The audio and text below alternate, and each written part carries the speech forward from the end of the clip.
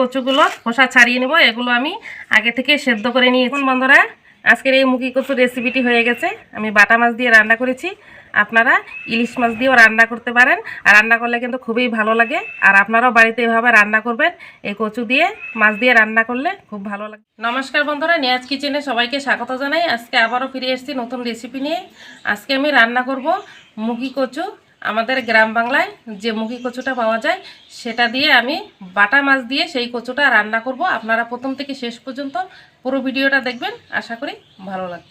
এই মুখি কচুটা রান্না করার জন্য এখানে আমি কচু নিয়েছি, আমাদের বাড়ির চারপাশ থেকেই এগুলো তোলা হয়েছে। আর এখানে আমি নিয়েছি বাটা মাছ, বাজারের একদম টাটকা বাটা মাছ। আর তার সাথে একটা ছোট মাছ আছে, এটাকে অনেকেই ল্যাটা মাছ বলে। এই দেখুন, মাছটা এখনও ঝাপাচ্ছে, জ্যান্ত আছে। এখন এই মুখি কচুগুলোর খোসা ছাড়িয়ে নেব আর এই মাছগুলো আমি কেটে নেব। এখন আমি এই মুখি কচুগুলো খোসা ছাড়িয়ে নেব। এগুলো আমি আগে থেকে সেদ্ধ করে নিয়েছি, এটা আপনাদেরকে দেখাইনি। কচুগুলো আগে সিদ্ধ করে নিয়েছি। এখন খোসা ছাড়িয়ে নিব আর তারপর আমি মাছগুলো কেটে নেব।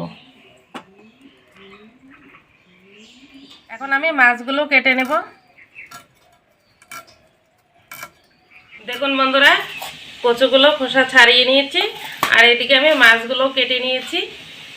এখন আমি মাছের মধ্যে দিয়ে দেব হলুদ গুঁড়ো, লবণ দিয়ে মাছগুলো মেখে নেব।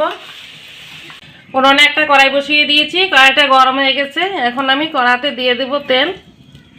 তেলটা গরম হয়ে গেছে, এখন আমি মাছগুলো ভেজে নেব। একটা মাছ হয়ে গেছে, এখন আমি উল্টিয়ে দেব।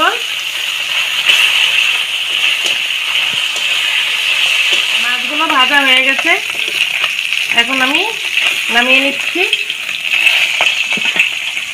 এখন আমি কড়াতে তেল দিয়ে দিয়েছি, মানে মাছ ভাজার কিছুটা তেল আছে, আর কিছু তেল দিয়ে দিচ্ছি। তেলে দিয়ে দিচ্ছি তেজপাতা, পেঁয়াজ কুচি, গোটা জিরে। এখন আমি পেঁয়াজটা লাল করে ভেজে নেব। পেঁয়াজটা লাল করে ভাজা হয়ে গেছে, আর এখানে আমি কিছুটা বাটা মশলা নিয়েছি। লঙ্কা বাটা, পেঁয়াজ আর আদা একসাথে বাটা, জিরে বাটা, একটু নাড়াচাড়া করে দিয়ে দেবো হলুদ গুঁড়ো, লঙ্কার গুঁড়ো, পরিমাণ মতো লবণ,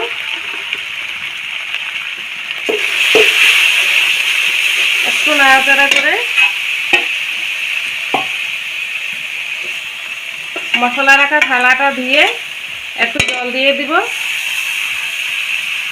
এখন আমি মশলাটা ভালো করে কষিয়ে নেব। মশলাটা কষানো হতে হতে এইদিকে আমি যে মুখি কচুগুলো নিয়েছি এগুলো একটু হাত দিয়ে, যে বড় কচুগুলো আছে হাত দিয়ে চেপে চেপে একটু ভেঙে নেব। মশলাটা কষানো হয়ে গেছে, এখন আমি সিদ্ধ করা কচুগুলো দিয়ে দেব।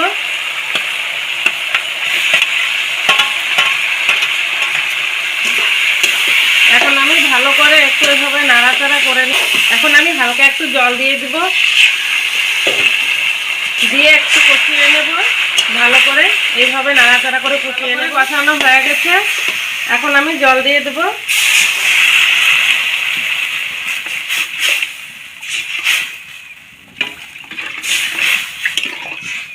এখন আমি ঝোলটা ফুটে গেছে, ভেজে রাখা মাছগুলো দিয়ে দেব। দিয়ে আর একটু জাল করে নিব। দেখুন বন্ধুরা, বাটা মাছ দিয়ে একদম টাটকা বাড়ির পাশ থেকে তোলা মুখি কচু দিয়ে রান্না করেছি। দেখতে কিন্তু খুব সুন্দর হয়েছে আর খেতে কিন্তু অসাধারণ লাগবে।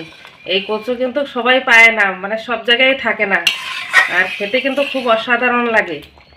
তাই আজকে আমি এই রেসিপিটি আপনাদের সঙ্গে শেয়ার করলাম। এখন আমি নামিয়ে নিচ্ছি, হয়ে গেছে। বন্ধুরা, আজকের এই মুখি কচুর রেসিপিটি হয়ে গেছে। আমি বাটা মাছ দিয়ে রান্না করেছি, আপনারা ইলিশ মাছ দিয়েও রান্না করতে পারেন। আর রান্না করলে কিন্তু খুবই ভালো লাগে। আর আপনারাও বাড়িতে এভাবে রান্না করবেন, এই কচু দিয়ে মাছ দিয়ে রান্না করলে খুব ভালো লাগবে। আজকের রেসিপিটি ভালো লাগলে লাইক করবেন, কমেন্ট করবেন, শেয়ার করবেন আর চ্যানেলটিকে সাবস্ক্রাইব করে পাশে থাকবেন। ততক্ষণে সুস্থ থাকবেন, ভালো থাকবেন। ধন্যবাদ।